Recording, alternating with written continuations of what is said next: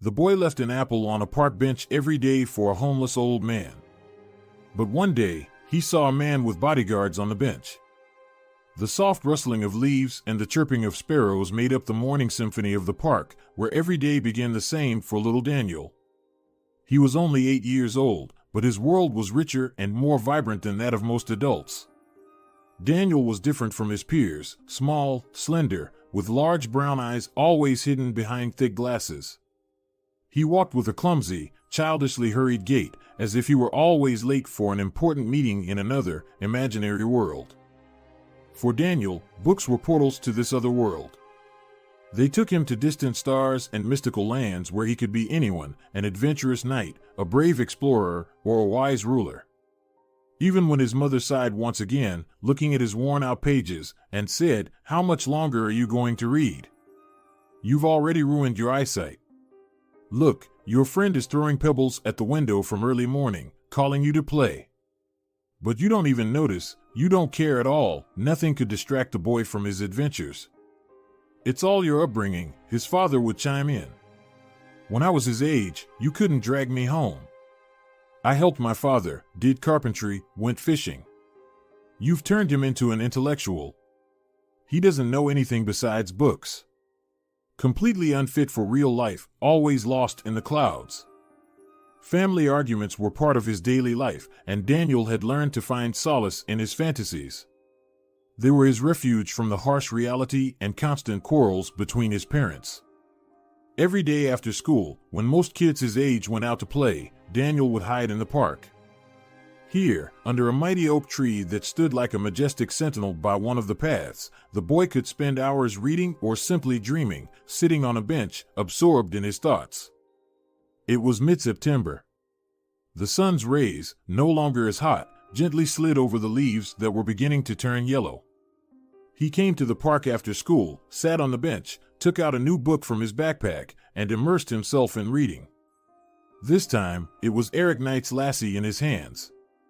With each page, he delved deeper into the story of loyalty and courage, which was so important for a boy deprived of true friendship and understanding in the real world. His love for animals became his little salvation. He dreamed of having a dog of his own, with whom he could share his last piece of bread, a dog that would be loyal to him until the end.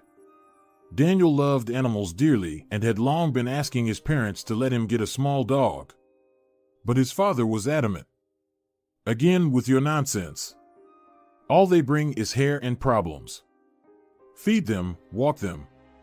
And for what? For fun? No. There will be no dogs in my house," he said irritably to all the boys' pleas and prayers for a new friend. So, our hero had no choice but to love animals from a distance and study their lives through books and various stories. He had already read halfway through Lassie, constantly marveling at her courage, loyalty, and ability to overcome any obstacles in her path. But dogs belong to people, and people are lashed by fate. And sometimes, in a person's life, a time comes when fate strikes too hard, and then they reluctantly bow their head and decide they must sacrifice their pride to keep their family from going hungry. He read in the book how he envied the heroes of these stories, who, unlike him, never felt lonely. And this thought only strengthened his desire to one day find such a friend, loyal and reliable, like Lassie. Lost in his thoughts, Daniel didn't notice how time silently slipped away and the park began to empty. The only sounds now were the rustling of leaves and the distant hum of the city, which couldn't reach his secluded corner under the oak tree. But it was here, in the shadow of nature's giant, that Daniel found his freedom and solace, returning every day to escape reality. A sudden sound pulled him out of the engrossing world of the book. Reluctantly tearing his eyes away from the lines, he slowly looked around. At first glance, nothing had changed. Sparrows chirped merrily, splashing in puddles, leaves whispered under playful gusts of wind, and thin women with headphones on were diligently exercising, as if trying to preserve their youth forever. But then a man sitting on a nearby bench caught his eye. He was dressed carelessly, with a thick beard and worn-out shoes full of holes. Despite his unkempt appearance, the man had a kind face with smiling eyes. The boy probably wouldn't have noticed him if it weren't for one detail. Next to the man, wagging its tail playfully, was a large black dog. "Well, are you hot, buddy?" the vagabond affectionately addressed his companion, slowly stroking his head. "Want to play? Here, take this stick," he continued with a warm smile and waved his hand, throwing the stick as far as he could. The dog immediately dashed after it, wagging its tail widely. It returned very quickly, happily wagging its tail and hoping for the game to continue. The dog and its owner were remarkably similar to each other. Both bore the marks of life's trials, the man in his careless clothing and worn-out shoes, the dog in its matted fur. But despite this, they radiated warmth and joy. Their faces, if you can call them that, were full of happiness and contentment, and their eyes sparkled with cheerfulness. Their laughter and joyful glances seemed especially bright against the backdrop of surrounding hardships. After a few throws and catches of the stick, the man decided it was time for a snack. He pulled a loaf of bread, a bottle of water, and a pack of kefir from the pocket of his shabby coat. Carefully breaking the loaf into 2 equal parts, he handed one to Buddy. Then he opened the bottle of water, poured its contents into a plastic cup, and set it before the dog. He himself began slowly drinking the kefir, occasionally glancing around. After both finished their modest meal, the man turned to the dog and said, "That's it, little one, lunch break is over. It's time to get back to business." With these words, he stood up, patted the dog, and headed for the park exit. The dog obediently followed him. The boy, who had been watching this scene, couldn't take his eyes off them.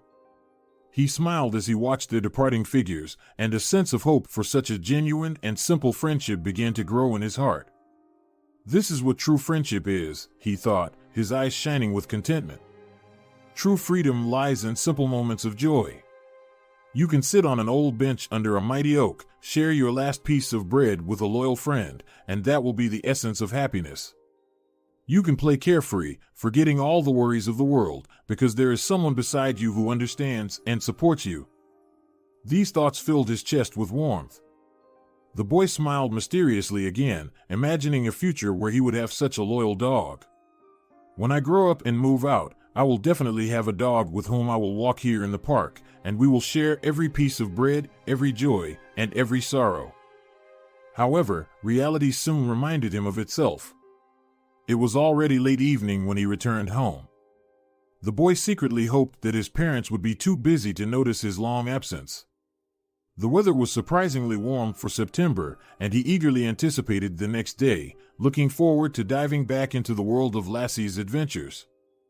The park had become a place of regular visits for the boy. He told his parents that he was going to play with friends, but in reality, he spent time alone on his favorite bench, diving into new stories and watching the old man and his loyal dog. These two, like punctual actors, appeared in the park every day at the same time, and each day seemed a repeat of the previous one. They played, shared food, and enjoyed each other's company.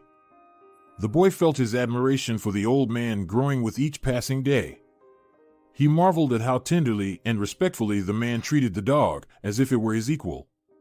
The relationship between the old man and his dog seemed to him the ideal of mutual understanding and support, reminiscent of a wise, long-married couple who had long since forgiven each other all possible offenses and simply enjoyed every moment spent together.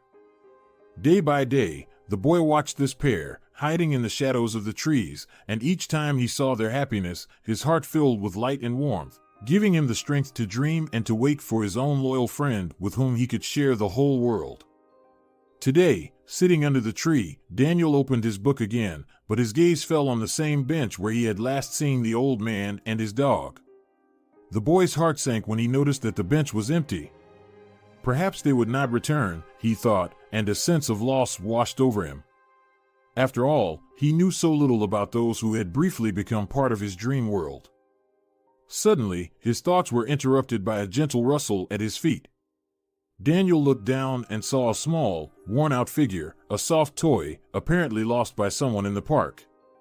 He picked it up, feeling the rough texture of old plush under his fingers. It was a small dog with a worn collar, and suddenly it seemed to the boy that this was a sign. Holding the toy in his hands, he thought about how often coincidences in life turn out to be not coincidences at all. Maybe this was a reminder that everyone is destined to find a friend. Maybe it was a reminder that even the smallest act of kindness can change someone's life. Lost in thought, Daniel looked towards the sunset, where the last rays of the sun glided over the leaves of the old oak tree. The wind caught the pages of his book, and the boy thought that perhaps tomorrow he would meet his own dog, his loyal friend. And with new hope in his heart, he returned to reading, allowing the rustle of the oak to lull his dreams of the future.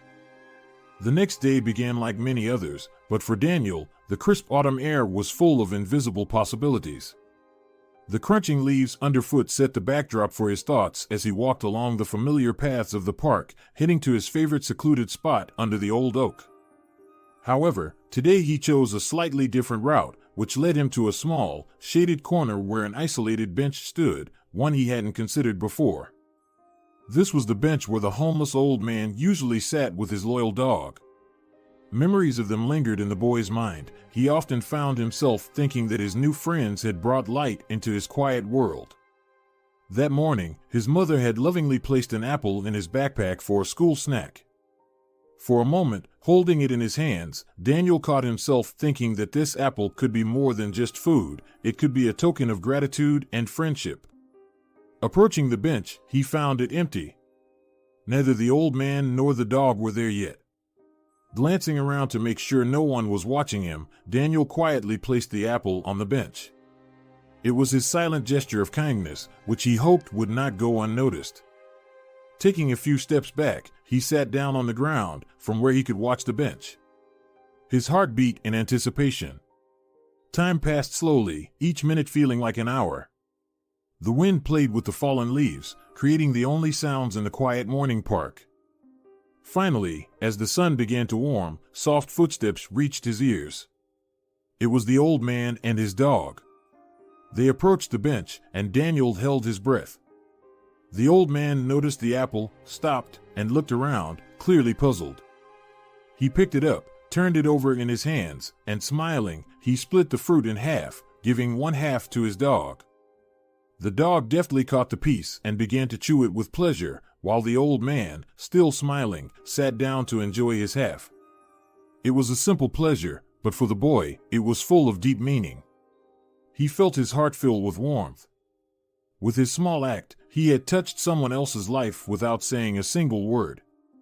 The boy spent the entire day pondering how even the smallest acts of kindness could change someone's morning or even their entire day. He felt a renewed connection to the world, which often seemed so out of reach. Sitting in the shade of an old oak tree, he realized that even at his young age, he could bring joy and light into the lives of others, just as books had done for him. The day ended, but the echo of his deed continued to resonate in his soul, filling him with confidence for the future. With a firm resolve to continue this new tradition, Daniel already looked forward to his next encounter with the unusual pair who had become a kind of guiding sign in his young life. The soft morning light barely touched the oak leaves as Daniel once again made his way to the park. The past few days had brought him something more than just the usual comfort in his solitude. His encounters with the homeless old man and his dog had become a secret ritual for the boy, with each visit leaving an apple on the bench before they arrived. This morning was cool but pleasant, and the air already hinted at the approach of autumn. The leaves had begun to change color from bright green to golden and copper. The park was almost empty, with only the occasional rustle of squirrels hurrying about their business breaking the silence. Daniel carefully chose the most beautiful apple from the basket in the kitchen, which his mother had filled with fresh fruit the day before. The thought that he was doing something important and meaningful filled his heart with warmth and confidence. Approaching the bench, he gently placed the apple on its cold seat and quickly hid behind a nearby tree. Soon, footsteps could be heard. The old man and the dog slowly approached their usual spot. Daniel held his breath, watching as the old man noticed the apple. A smile appeared on his weary face, and sparks of surprise and joy gleamed in his eyes. It was like magic, seeing how a small gesture could bring so much happiness. The old man picked up the fruit and, as usual, split it into 2 parts. The dog eagerly awaited its portion and happily began to eat. In that moment, Daniel felt an invisible connection between himself and these two beings. He was a part of their world, even though he remained in the shadows. After the old man and the dog finished their modest snack, the man thoughtfully looked toward the tree behind which Daniel was hiding. The boy held his breath. Does he know? The thought flashed through his mind. But the old man simply glanced at the tree, smiled, and whispered something to his dog before they set off again. Each day spent in the park deepened Daniel's secret acquaintance with the homeless man and his loyal companion. The boy began to notice the small details of their behavior, how the old man talked to the dog, how they played together, and how the dog attentively followed every movement of its owner. These moments became lessons for Daniel about loyalty, friendship, and the simple joys of life. He realized that every encounter, every observation brought him a little closer to understanding what it means to be a true friend, someone who can always be relied upon. That day in the park began as usual for Daniel. The sun had already warmed the air, and a fresh breeze caressed the boy's face as he walked along the familiar path. He was already holding another apple in his hand, fresh, fragrant, with dewdrops playing on its skin like tiny stars. As he approached the familiar bench, Daniel suddenly noticed that his usual spot was occupied. The boy's heart raced with anxious anticipation. A young man in an elegant suit was sitting on the bench, and next to him stood a figure in black, who appeared to be his bodyguard. Daniel froze in place, hiding in the shadow of the trees. He couldn't understand who these people were and what they were doing on the bench where the old man and his dog should have appeared at this time every day. The boy squeezed the apple in his hand, feeling his nerves sharpen with surprise and concern. The man on the bench kept glancing at his watch, his expression a mix of anxiety and expectation. The bodyguard stood a little aside, scanning the surroundings with a cold and watchful gaze. Suddenly, the young man grabbed his head, clearly frustrated by something. He whispered a few words to the bodyguard, then stood up and began pacing nervously back and forth along the path. The bodyguard remained in his place, closely monitoring every movement of passers-by.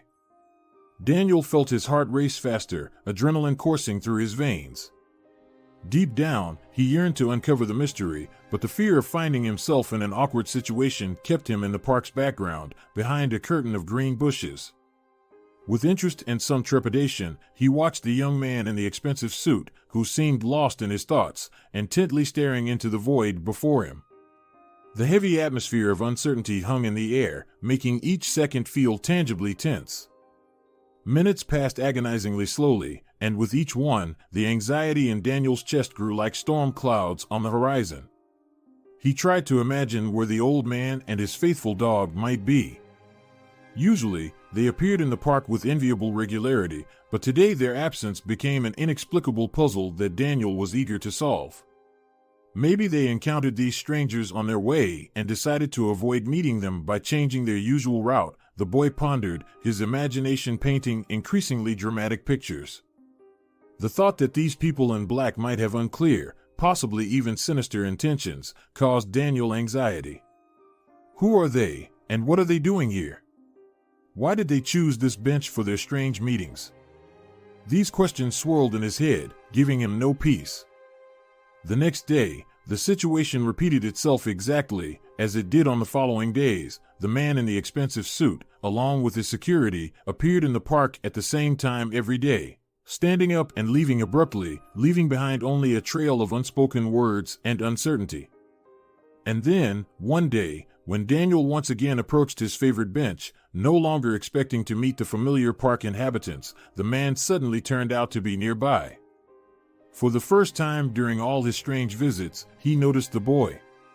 This made Daniel startle and prepare for the unpredictable development of events. "Hey, kid," the man called out to Daniel, his voice unexpectedly soft against his imposing appearance. "I know you come here regularly, my people see you here almost every day. Tell me, have you seen an old homeless man with a large black dog in the park?" These words caught the boy off guard. Seen him? Yes, he hadn't just seen him, he had watched the old man every day, saw how he played with his dog, how they shared a simple meal. But why was this elegant man interested in a homeless person? What could possibly connect them? And why did this suddenly concern him, a little boy, so much? Daniel, feeling a lump rise in his throat, swallowed hard and cautiously answered, trying to hide his anxiety and curiosity. Thoughts began to swirl in Daniel's head, leaving behind a haze of doubts and guesses. So this is who the man had been watching and waiting for all these days? But why does he care about this old man, this homeless person with a dog? The boy pondered. In his imagination, the most dramatic scenarios flickered. Maybe the old man stole his wallet or something even more valuable, and now the man wants revenge, he thought, peering into the anxious eyes of his interlocutor. Or maybe he's a representative of some medical clinic, ready to do anything for a valuable catch, as his father mentioned while reading an article about the black market for organs. Daniel remembered how his father said that homeless people often fall victim to such atrocities because of their vulnerable position in society. Maybe these people are after his liver or something else, the boy thought with horror, involuntarily clenching his fists. A man in a suit, noticing Daniel's gaze filled with fear and suspicion, smiled softly, trying to ease his concerns. He slowly pulled out an old, yellowed photograph from the inner pocket of his jacket. "Don't be afraid of me, I come in peace," the man said soothingly, handing the photo to the boy. "This is my father, take a look." Daniel took the photograph and looked closely. It was nearly impossible for him to recognize that the man in the picture was the same person he had met so many times in the park. The image showed an elegantly dressed man with perfectly styled hair and a clean-shaven face. He was holding the hand of a boy who looked very much like Daniel in age. This child, with an innocent gaze and hope in his eyes, was none other than the young version of the serious man in the expensive suit standing before him. "You see, kid, my father and I had a falling out many years ago," the man began, his voice full of regret and sadness. "I was always hot-tempered and quick to anger, unable to control my emotions. I was rude to my elders, mocked their customs and rules, convinced they were just relics of the past. All their advice on what was right and wrong seemed to me to be mere whims, born of stubborn old age. I believed I understood life better than they did, and I was certain of my superiority." He paused for a moment, as if trying to gather his thoughts, then continued. "I left my parents' house early, unable to endure their moralizing any longer. I started my own business, thinking that success and money were all I needed for happiness. At first, everything went smoothly. Money flowed like a river, allowing me to indulge in luxury, expensive restaurants, suits from the best designers, the company of influential and beautiful women. My father warned me, advised me to invest in the development of my business instead of squandering it all. But I was blinded by my own arrogance, unwilling to listen to his words. I thought I was at the peak, at the top of the world, and that no obstacle stood in my way. Oh, how wrong I was." The man's voice trembled, and a glimmer of untold grievances and late realizations appeared in his eyes. This story, full of disappointments and youthful mistakes, made Daniel see the man before him in a completely different light. The man paused for a moment, as if trying to dispel the heaviness in his soul, before continuing his story. "I started spending time in casinos, where luck seemed to be on my side until the stakes became so high that I began to lose significant sums. But the real test of my life came later. A relationship with a girl, whose father was influential, ended in scandal. Several months of romance led to unforeseen consequences. She became pregnant, and I, consumed by ambition and a desire for freedom, refused to marry her. I was too young and not ready for family life. At that time, I had just freed myself from my parents' care and couldn't allow anything to tie me down again. Her father found out about it, and his actions led to the downfall of my company. I found myself in deep debt, with creditors sparing no threats. They demanded immediate payment and even threatened my life and the safety of my family. In desperation, I turned to my father for help. I was honest with him, not hiding any detail of my failed life, and in his eyes, I saw disappointment. It wasn't about the money I was asking for, but about my refusal to follow his advice and care. The look of disappointment in my father's eyes was more painful than any threat from my creditors. He asked me to come the next day. When I did, he had already prepared the necessary sum, even though his own affairs were not in the best state. A few months later, when I visited him to thank him, I found out that he had sold his house and business, giving me everything to the last cent, and disappeared. Left without means, I moved to another city and started over, convincing myself that it was necessary to protect myself from the consequences of my past mistakes. My life gradually returned to normal, and I began to recover. I tried to find my father to repay him and show that I had changed and become better. But all my searches were in vain. Only recently, when his old friend contacted me and said that he had seen him in the park with a large black dog, did I realize that I had to try to meet him. But every time I came here, he wasn't around. Maybe he saw me and decided to avoid meeting. The man's voice trembled, and he took a deep breath, finishing his story. Now tell me, have you seen this man with the dog here, and does he look like the man in the photo? His voice was tense, his gaze fixed on the boy's face, searching for an answer. Yes, I've seen him.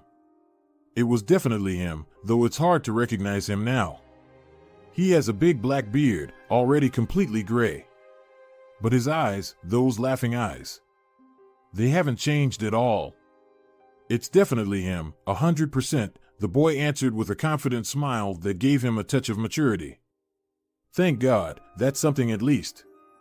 Now I know he's alive. But how do I meet him? The man looked noticeably relieved, but still worried. You should go home peacefully and not come here anymore.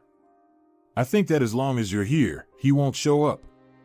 You're quite intimidating, and with security too. It's hard not to notice you, not to be afraid. It's better if you just leave me your phone number.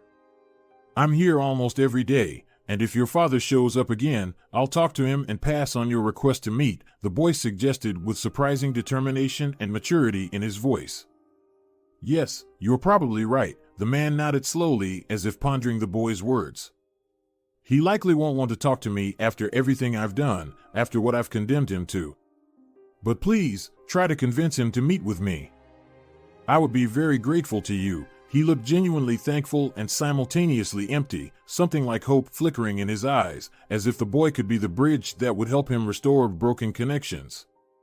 More than 2 weeks passed since the man and the dog were last seen in the park. Despite the gloomy assumptions that the old man might not return, the boy continued to visit the park regularly. He kept hope and adhered to the promise he had made to himself to check if the elderly stranger had returned to his usual bench. And then one day, when the autumn wind played with fallen leaves, the boy saw a familiar scene. The old man was sitting in his usual spot, and his faithful dog lay nearby, basking in the soft rays of the morning sun. The boy's heart raced with anticipation of the meeting. He quickly took an apple from his backpack and, approaching closer, greeted politely. "Good day to you." His voice trembled with excitement as he offered the apple as a gesture of peace. At that moment, the dog, sensing the approach of a stranger, let out a low warning growl. "Easy, you boy, easy," the old man said soothingly, addressing the dog but not taking his eyes off the boy. "Don't be afraid of him, he's friendly," the old man added confidently, speaking to the boy. "So it was you who had been giving me apples all this time," his face lit up with a smile filled with warmth and surprise. The old man continued, "Well, let's get acquainted, my friend. I'm sorry I haven't been around for a while. There were things to do, and there was someone I didn't particularly want to meet." "I know everything," the boy responded with a hint of seriousness in his voice. "I met your son while you were away. He loves you very much, misses you, and wants to meet to apologize." "Oh, so that's what it's about. Do you know what he did?" "That child." The old man's voice trembled, and his eyes filled with tears. "I know, he told me everything. And I think it's time for you to forget the grievances and allow him to apologize. He's not as bad as he used to be. People change, they grow up. Your son is in contact with your grandson and helps him in every way. And if that woman who bore him a child could forgive him all the offenses and now has no claims against him, then you can forgive him for all his mistakes, or at least try to do so," the boy said convincingly. "Do you really think he's changed?" That he's become better? The old man asked, his voice filled with hope. Yes, I'm sure of it. I swear, the boy laughed, trying to ease the tension. Well, okay, tell him I'm willing. I'll be waiting for him here tomorrow. At the same time, the man conceded, nodding in agreement, ready for a new chapter in his life. The next day, the park was enveloped in a warm morning. The sun had already begun to illuminate the morning coolness, and everything seemed unusually quiet as a father and son met on the familiar old bench. The old man was already sitting there, impatiently waiting for his boy to appear. The man, who had once wronged the old man, was now walking down the path, his heart pounding in anticipation of the meeting he had long awaited. The son approached slowly, his steps were hesitant, but his gaze was filled with determination. They met with looks full of anxiety and hope. A moment of silence passed before they embraced, tentatively at first, and then more and more tightly. It was their first touch in many years, full of forgiveness and longing for the lost time. Dad, the son began, his voice trembling. I imagined this moment so many times, but now that it's here, I don't even know where to start. Just speak, son, the father replied softly. We both made mistakes, and I'm the last person to judge you. I'm just glad you're here. The old man's words eased the tension, and they began to talk. The son spoke about his travels and mistakes, about how life without his father had left a void in his heart. He talked about his business, his successes and failures, and how, whenever faced with difficulties, he recalled his father's lessons. The father, in turn, shared his own wanderings, telling his son how he had lost everything but found peace in a simple life. He spoke about his new friend, a dog who had become his companion and helper in loneliness. He mentioned the apples that appeared on his bench every day, reminding him of the kindness in the world. When the conversation turned to past grievances, both of them found the strength to admit their faults.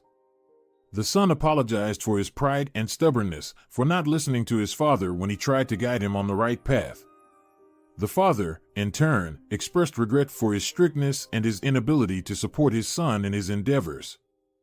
I was always proud of you, said the father, squeezing his son's hands. And I'm so sorry I couldn't show it. I'm proud of you too, Dad, the son replied. And I'm grateful for all the lessons you taught me, even if I understood them too late. As they walked through the park, they shared plans for the future. The son suggested that his father return home, that they rebuild their relationship and start a new life together. The father, with doubt in his eyes, weighed the proposal. He was used to his freedom but also felt it was time to heal old wounds. Let's give it a try, he finally said. Maybe this is the second chance I've dreamed of. They continued walking, enjoying each other's company, intertwining the past with the present, building bridges across the chasm of years of separation. Now that they were together again, the world seemed less terrifying and lonely than before. As Daniel returned home that autumn evening, a new understanding of the world and family values and relationships began to form in his heart. The chance encounter in the park, the unexpected meeting with someone who turned out to be the son of a vagrant, and the reunion of the family shed light on many aspects of his own life. He thought about his father, about the many moments when he couldn't understand his father's concerns and worries. At home, he was greeted by silence. His father was still at work, and Daniel had a place to be alone with his thoughts.